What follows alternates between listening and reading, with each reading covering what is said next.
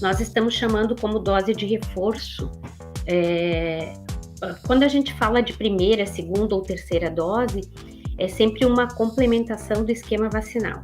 Então, quando eu falo assim, eu recebi uma dose de vacina, de vacinas de 2 doses, por exemplo, né, como a maioria dos laboratórios da Covid, né, com exceção da vacina da Janssen, que é a dose única. Quando a gente fala isso, é porque a gente precisa de 2 doses para a gente chegar a um nível de formação de anticorpos que nos permita não adquirir a doença, né? Ou se adquirir ela de uma forma mais leve. Quando a gente fala de dose de reforço, a gente vai dar um estímulo àquela formação de anticorpos que se elevou, mas que passa a diminuir com o tempo, a um nível que podemos não ter mais proteção. Então, a dose de reforço vem para dar um estímulo para que os anticorpos voltem a subir para que a gente tenha isso.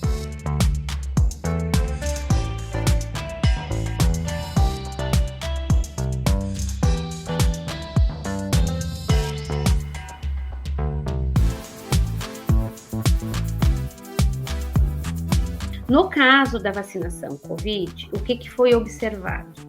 Que independente da plataforma usada, ou seja, do laboratório usado, que a vacina nos idosos começa a descer esse nível de anticorpos e que a gente precisava fazer uma estimulação, né, para que esses idosos não perdessem essa capacidade de não adquirir a doença.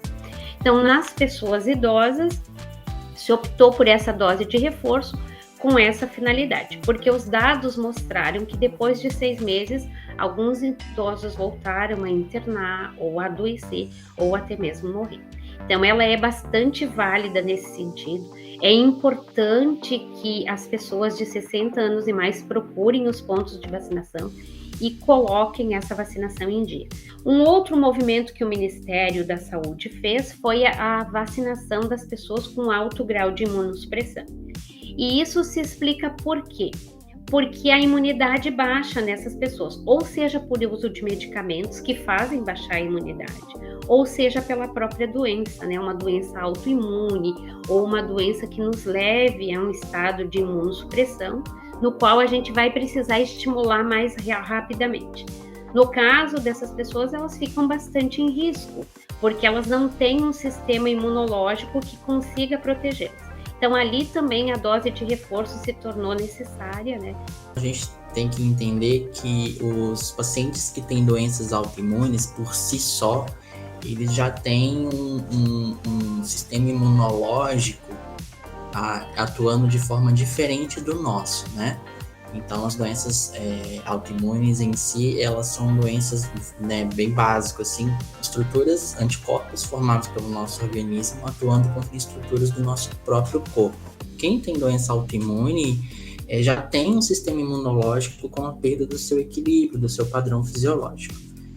Nesse tipo de paciente, a gente tem que introduzir, dependendo da doença e da gravidade da doença, altas doses de terapia imunossupressora para controlar essa resposta contra o próprio organismo, né? Que são os medicamentos imunossupressores. Quando a gente faz esses medicamentos, eles atuam de várias formas dentro do sistema imunológico, né? Seja diminuindo a ação do sistema imunológico e também afetando a resposta desse sistema imunológico a uma vacina que é administrada.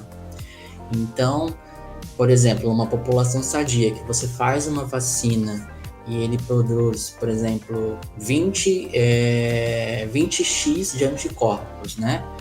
Quando você tem um paciente que é imunossuprimido, que está sob a ação de um medicamento que está interferindo no sistema imunológico dele, na capacidade de produção de anticorpos, ao invés dele produzir 20x de resposta àquela vacina, ele produz 10x.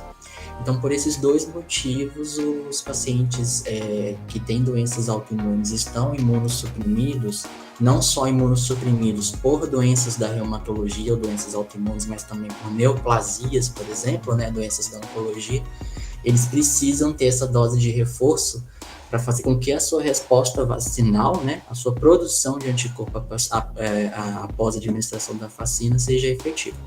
E o terceiro grupo seria os de profissionais de saúde, muito mais aqui pelas várias exposições que o profissional de saúde se faz.